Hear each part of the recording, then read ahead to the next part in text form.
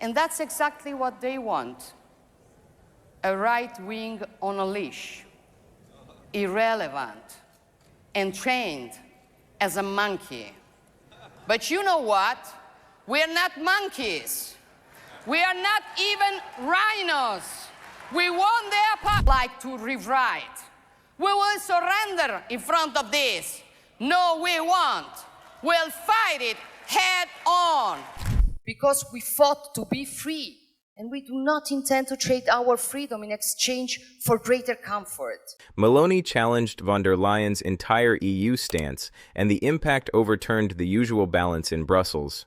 Italy ended the polite partner routine and confronted the Union on sovereignty, security, migration, and direction. Her position is now exposing deep fractures inside the European structure and forcing debates Brussels avoided.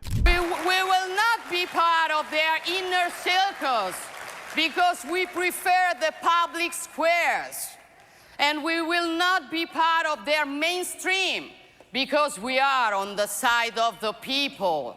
And I could sense the frustration boiling under the surface every time Brussels repeated the same scripted lines about sovereignty, borders, and security.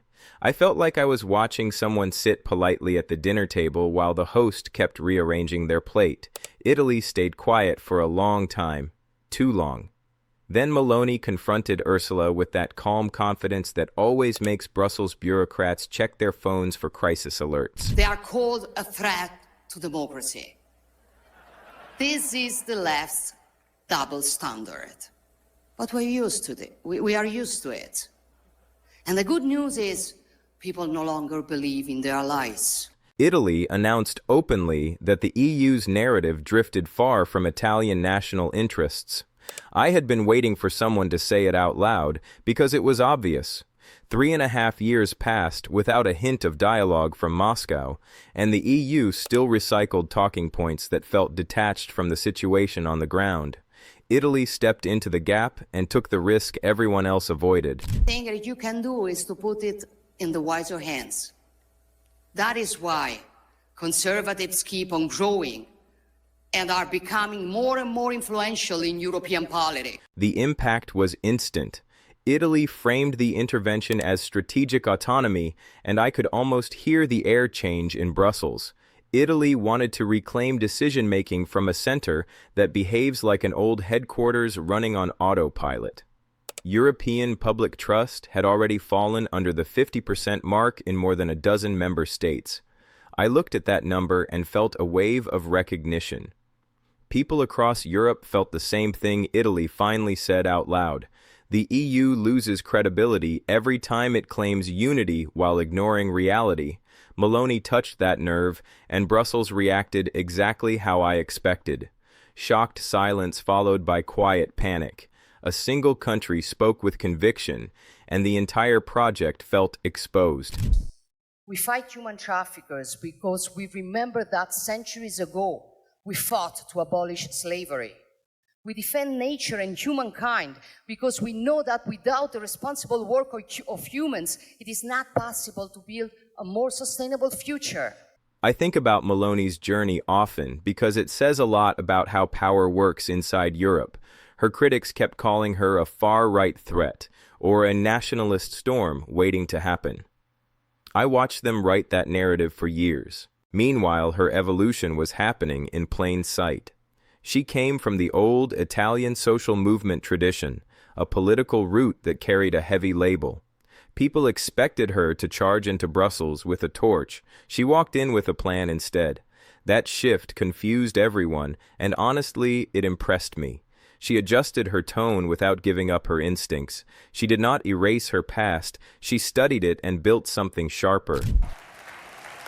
I see cancel culture fanatics, not only in the street violence, but also in our institutions, tearing down statues, tampering with books and comics, changing street names, accusing of guilt. Within her first 2 years in office, she broke the normal Italian rule. Prime ministers usually lose support the moment they sit in the chair. She gained support. Polls went higher than her election result. That told me something deeper was happening.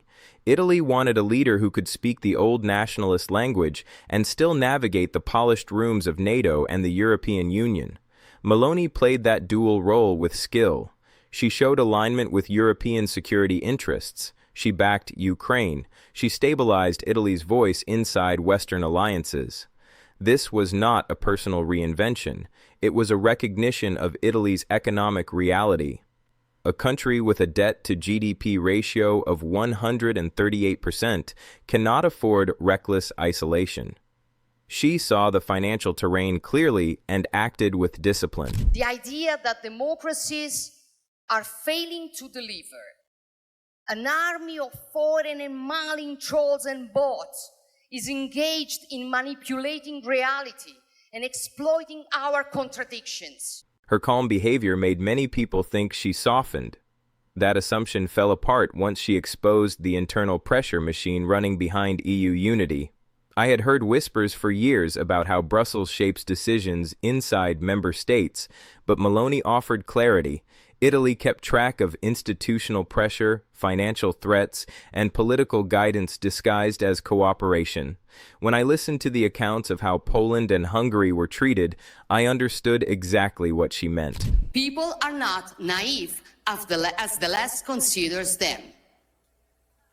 They vote for us because we defend freedom. We love our nations. We want secure borders. Funding pathways shifted, rule of law mechanisms triggered at convenient political moments. Court actions moved in patterns that felt anything but neutral. I watched the Le Pen conviction timeline unfold and sensed the same timing Italy pointed out. 5 years of political disqualification for an opposition figure at the most strategic moment in European politics. Italy saw the pattern and spoke about it at a volume Brussels never expected. Ideology, destroying the foundations of the natural family, attacking life, insulting religion, changing words, and even imposing new graphic signs. The message behind all these events was clear. Dissent functions inside the EU until it starts shifting the balance of power. Italy understood that perfectly, and Meloni put words to it with a level of composure that irritated every bureaucrat trying to keep the facade intact. Her point felt uncomfortably true. Europe calls itself a community of democracies while using tools that reshape electoral landscapes behind closed doors. That contradiction has been sitting in the room for a long time. And all Christian names were to be removed from all official communication. Will we surrender in front of this?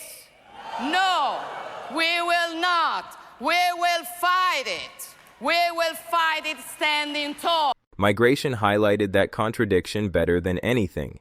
Italy lives on the front line of this issue.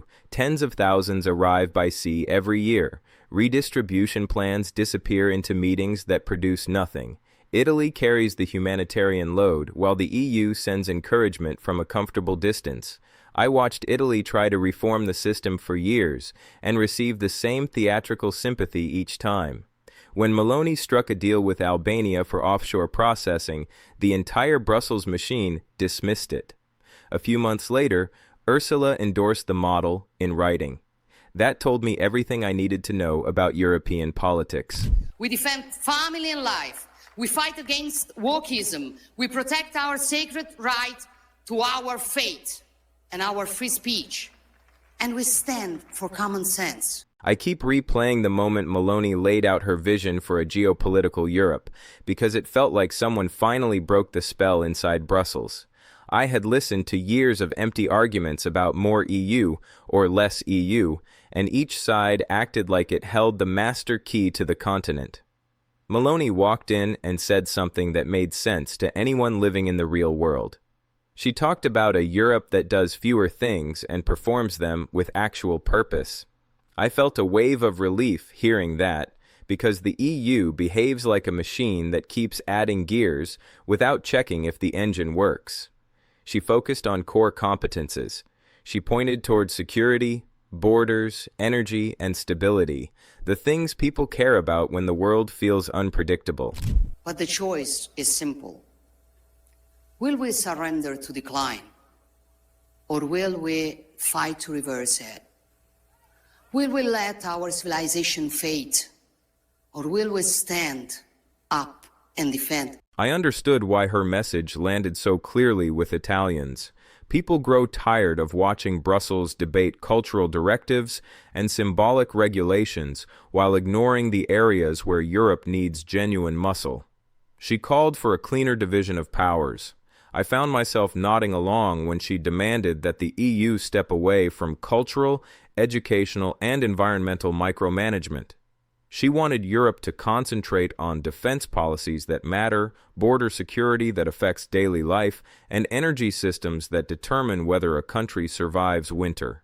Her voice carried the impatience of someone who sees the difference between political performance and strategic necessity. Europe will not give up. The true America will not give up. We will be awakening many more like ourselves. And there will always be more of us. What struck me even more was the data she had behind her. 65% of Italians support a common European army.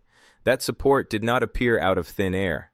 Italians look at their own fiscal situation and understand that a shared defense system lowers costs and raises capability.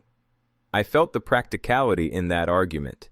Italy cannot maintain 27 separate armies inside a continent trying to claim geopolitical relevance. A fragmented Europe loses ground every year while China expands its influence across entire regions. Meloni articulated this reality without dressing it up. She said Europe needs collective strength. She made it clear that global powers pay attention only to blocs that speak with strategic weight.